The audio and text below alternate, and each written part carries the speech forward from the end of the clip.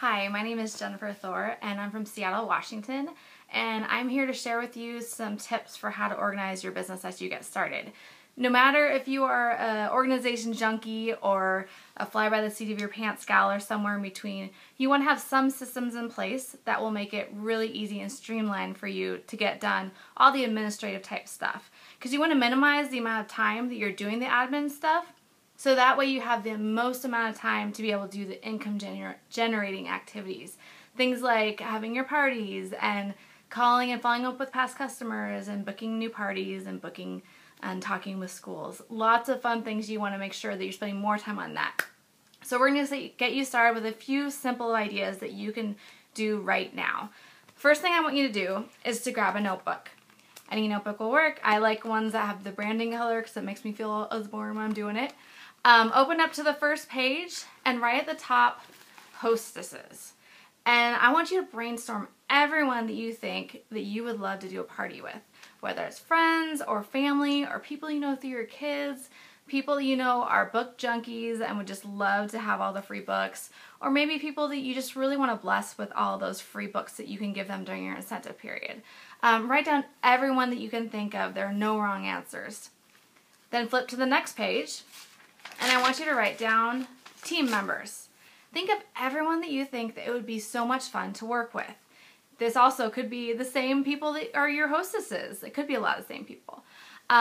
Think of people who might need some extra income. Think of people who are really passionate about just helping kids.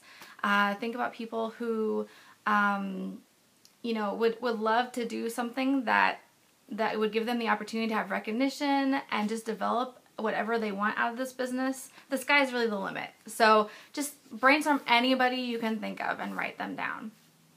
Then turn the page again and write down at the top schools and libraries. And write down any schools that you think that would be so much fun to work with them. Or they're in my neighborhood. I want to make sure to write them down. This can be preschools and daycares, because right now before you're an educational consultant, you can work with any preschools and daycares you want. But also definitely write down any elementary school, junior high, and high schools that are just in your brain so that you have it down on paper, because this is just going to be something you're going to be able to reference as you move forward in your business.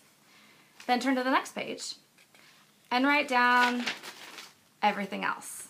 So as you're starting your business, you're going to find opportunities to work everywhere you look. We have awesome programs like Cards for a Cause. So write down anyone you think would be interested in a fundraiser. Write down any organizations in the community that you would love to work with to promote literacy in your community. Write down like nonprofits that you would love to work with. Our team does book drives, and so write down nonprofits that you care about, that you think that would be so much fun to get more books in their hands. Just anything else that you can think of that I would love to work with these organizations or people in whatever way you can, just jot them down right there. This is something that's great to carry around with you. Keep it in your purse or your backpack or whatever you use. And whenever you are driving by a preschool, jot it down. Or whenever you have one of those aha moments of, oh, I should have asked that friend about the business, jot it down. And then this kind of becomes your brain as you start your business. So that's tip number 1. Tip number 2 is business in a bag. As you're out and about and you're talking with your friends and family about the business, you will find that business will come to you. So one thing you'll want to do is get a bag. And this is one of the fun bags that they gave us at convention this year. You'll definitely want to go next year. But grab any bag, it'll work. And I want you to fill it up with basically a mini business. So you'll want to grab at least one of our larger catalogs and one of our mini catalogs, and then some order forms. So that way if you're ever out and about and you're like at a play date and your friend says, oh yeah, I'd love to get some books for you, how do I do that? You can easily just pull these out and say, actually, if you want, I can just help you with it right now. Easy, you're done. You're also going to want to have business brochures, because you're going to have friends who are interested in the business, or you're going to be talking with someone who says, I would love to get, lessons for my kid, but I just don't have the money right now. Perfect. Pull it out. You have an answer for them. So make sure you have these. Also, these are the 65% off booking coupons. And if your friends are saying, yeah, that would be totally cool to do a party, you can say, great, well, let me get you started. Let's schedule a date right now, because I actually have coupons for people who schedule a date with me in this next month, where you can get 65% off a collection. So you can actually give it to them right there. And then, as you start working with the schools and libraries, you will have all these fun flyers. Literacy for a Lifetime, our matching grant program, book fairs, Reach for the Stars, and our Cars for a Cause fundraiser. And so as you get these, make sure that you have at least one of these copies in your bag as well, so you're always ready to talk about these with people as they're interested.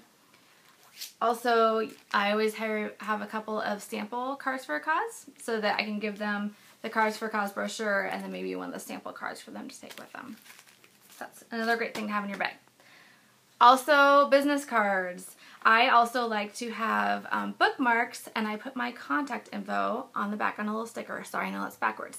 But, so bookmarks are great to have in there, or business cards, or both. So make sure you have your contact information for people.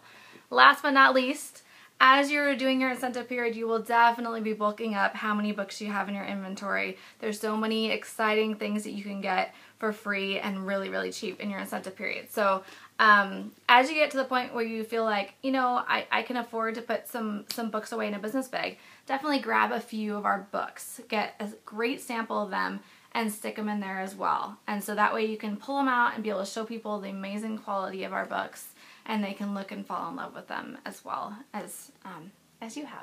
So I hope that helps. We will definitely be back with more business tips, but just doing those two things will put you well on your way to success. So good luck with your new business. We're really excited about supporting you, and keep going on this checklist, and we'll keep cheering you on. Thanks.